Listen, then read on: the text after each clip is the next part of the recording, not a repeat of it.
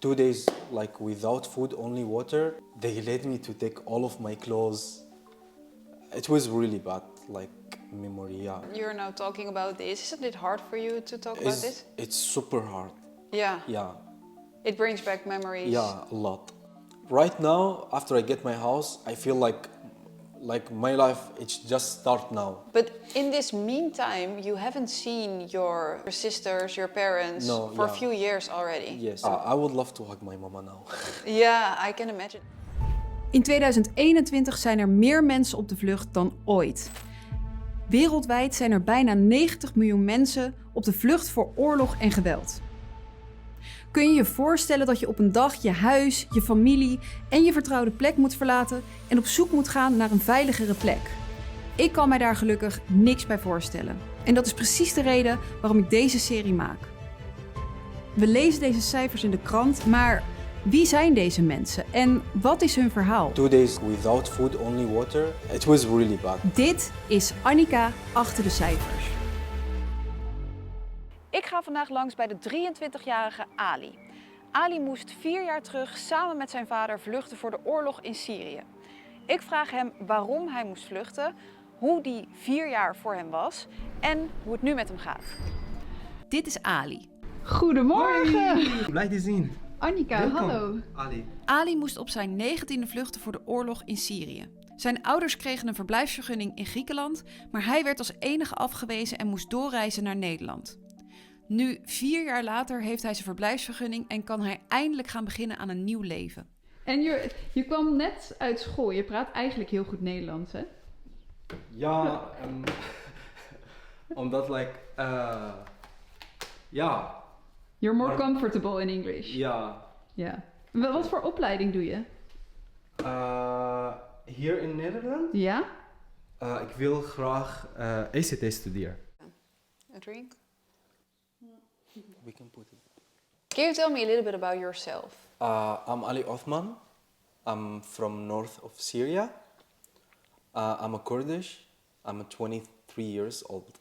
And what were your memories from Syria when you were younger? How was it like to grow up in Syria before the war? It was really nice, a lot, like the primary school with my friend, going out, in the university. I used to play football a lot on the streets. That was like my favorite game. You're still playing football right now? Right now, no. I saw that there was a soccer field. I played few times in the AZC with the other refugees. That was nice. But right now I want to register for a football club. Ali woonde in het noorden van Syrië tegen de Turkse grens. De witte gebouwen die je hier ziet, dat is Turkije. En waar veel mensen rond 2012 de oorlog in Syrië al ontvluchtten, leefde hij nog enige tijd in redelijk veilig gebied. Dit veranderde rond 2016. Vanaf dat moment pleegde IS veel aanslagen en waren er dagelijks bomaanvallen in zijn gebied, waardoor Ali in 2019 besloot te vluchten. What was the moment, because you're telling me about the war, ISIS, so what was the moment that you thought in your family, well, we really need to leave because now it's dangerous for us? Did something happen or? Yeah, like in Syria, we used few times, like Turkey, they pumped Syria few times, especially the cities that near to the border. So I have a picture on my phone. Yeah. Few bombs. It was near our house, so we felt really scary and it was really bad. And was there a sort of alarm that went off when they were bombing? No. So that's also a good point. It was really bad because you don't know at any moment what's gonna happen. You know, people walking on the street and then finish. We had also in my city the biggest car explosion in Syria. It's happened in my city. It was from ISIS.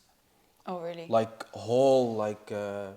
Imagine this area Broeg Akker, it became a sand. It was gone. Gone.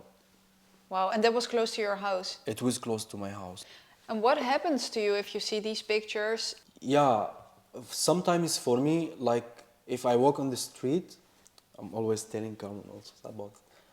If I'm walking like on the street and like for example I see a big car, and then in my mind like directly, I imagine, it could like explode in any moment. For example, you every month from the Monday there is this alarm in Netherlands. I always tell Carmen, I'm so scary from that alarm, because alarm it's like related always to the war. Right. But even they didn't have that alarm in Syria, but it remind me the war. Or if something bad is going to happen. Yeah, something bad. Yeah, exactly. And okay, so that was the moment you and your family decided it's not safe here. There are bombs falling out of the air. We need to leave. Yeah. How did that process go? It was really difficult because 2019, for example, Turkey, they closed the border between Syria and they didn't let the people to pass. So it was really difficult, and you had to pay a lot of money for the smuggler to flee from the country. In the beginning, we didn't want like whole the family to go out of Syria. So in the beginning, only me and my father, because we didn't know how the way it could be dangerous. Mm-hmm. So we said, okay, we will just go, and then we will ask asylum in Europe, and then we will like bring our family like via reunification. Yeah. Like, so it will be safe for them. Yeah. I remember me and my father, we get arrested in a place called Jarablus, because they found out just that we came from, because in my ID it says Kamishli, and Kamishli it's Kurdish city. So they arrested us for 3 days, like separate from like you were my not father. together with your father. Yeah, my father, he was alone and I was alone. I was so afraid because like I felt like something happened with my father, and also my father, he felt the same because he thought that, where's my son? 2 days like without food, only water. Yeah, it was so hard. And they let me to take all of my clothes. It was really bad, like memory, yeah. And then after that, we had to pay money to go out. You're now talking about this. Isn't it hard for you to talk about this? It's super hard. Yeah. Yeah. It brings back memories. Yeah, a lot.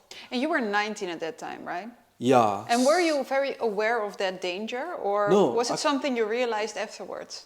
Yeah, no, actually, I was like really impressed and really shocked from everything that I've been through. Like, I didn't thought that it's like that. Like, for example, the Turkish army, they catch us few times, and I had like, they beat me like a lot. And I was like, why you are doing like that? Like, I didn't understand the point. Just because they don't want the people to pass the border. Mm-hmm. Like one soldier, until now I remember, he beat me in the eye until like it started to bleed a lot, and I couldn't see anything. They're like beating the child. Like, I saw like a child like 12 years, like they beat like two soldiers, like they're beating him like a lot. Like, me and my father, like we said, like, okay, this child, he died. So imagine, like, It's crazy. yeah, it's really crazy and it's really bad, and I don't understand why. No. Like, because people, like, they're looking like for a safe place. No one like to leave their house. Everything they had, they built and then like in 1 second they decide to leave it. Of course, you're not doing that because you think, oh well, let's go. Yeah. I don't mind. Let's risk my life for nothing. Na 3 pogingen en een lange reis kwam Ali met zijn vader aan op het Griekse eiland Samos. Ze waren blij dat ze hier waren aangekomen, maar ze wisten toen nog niet wat hun daar te wachten stond. And then, because it was, I remember it was Saturday, so the Asylum Service, it was closed on that day, so we had to sleep on the street. And it was raining, it was really cold. And I was really worried about my father because he's sick and he has like heart problem and like that, so he need like some type of medicine. But we lost everything on the way. So we stayed there, we slept on the street for two nights till Monday, and then on Monday they start. And then they took our fingerprint and they asked us few questions like that, and then finish. And then they were like, okay, go out. And we were like, to where? What now? Yeah, and he was like, finish, just go out. And then they pushed all the people to like out of the Asylum Service. And then they pushed us and we were looking around, okay, what we should do. Like it was like a mountain and a forest and the people, like thousands of people going. And then like one person, he was like, you just arrived? We said yes.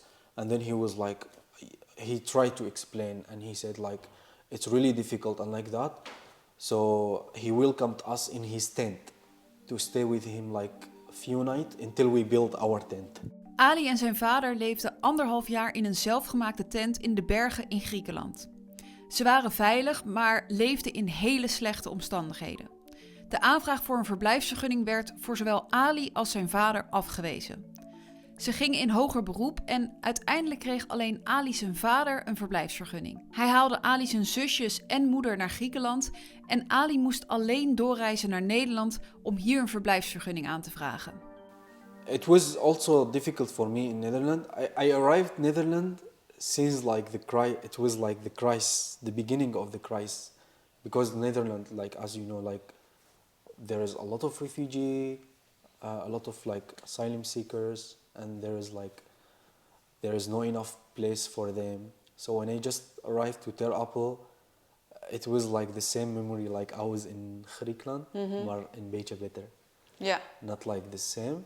But I also had to sleep in a tent here with like 100 person here. And then you were alone because your parents were still in Yeah, Greece. I was alone, so that was also made me like really afraid, because I didn't leave Syria alone. My father, he was with me. Yeah. But it was like the first time for me that like I'm alone. Yeah. So it was really scary. Yeah. But right now, at this moment, because now you're at your house, how do you feel right now? I can't even imagine what you've been going through, right? My life has been so different because I was just lucky enough to be born in Holland.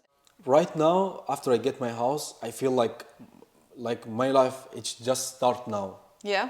You know? Like when I was in the camp, when I was in Griekenland, I was like always like telling Surviving. telling my father, oh my God, when we will have like a normal life, like you know, like to do like normal thing like anyone. Yeah. Like study, go to school, like you have your own work and like that. But like we missed that since we left Syria. Yeah. Basically. So you're really looking forward to that Yeah, part of course. life. Yeah. So after I get my house, I started a bit to feel like, okay, like I started to feel like warm, you know? I have my own place, so I can start my life a bit. But in this meantime, you haven't seen your sisters, your parents for a few years already. Yes. Yeah, it's really hard. Like I miss them like a lot. I would love to hug my mama now. Yeah, I can imagine. And do you know when that's going to happen, or? I would love to go now, but because like I have to study, because for the inburgering. Yeah. And I have to work and to work on myself to like prepare everything for my opleiding, because I wanted to study ECT here. Yeah, you're going to be an ICT'er. Yeah. Yeah. So I have like quite like a lot of things to do, but like as soon like I have like availability, I will like visit them directly. Well, thank you for sharing all these kind of things Yeah, with you're me. welcome. Thank you also for your time. Yeah, of course. And I have a little surprise for you, because I thought, well, there's nothing in your house ready, but you've got the couch from your parents-in-law, right? Yeah.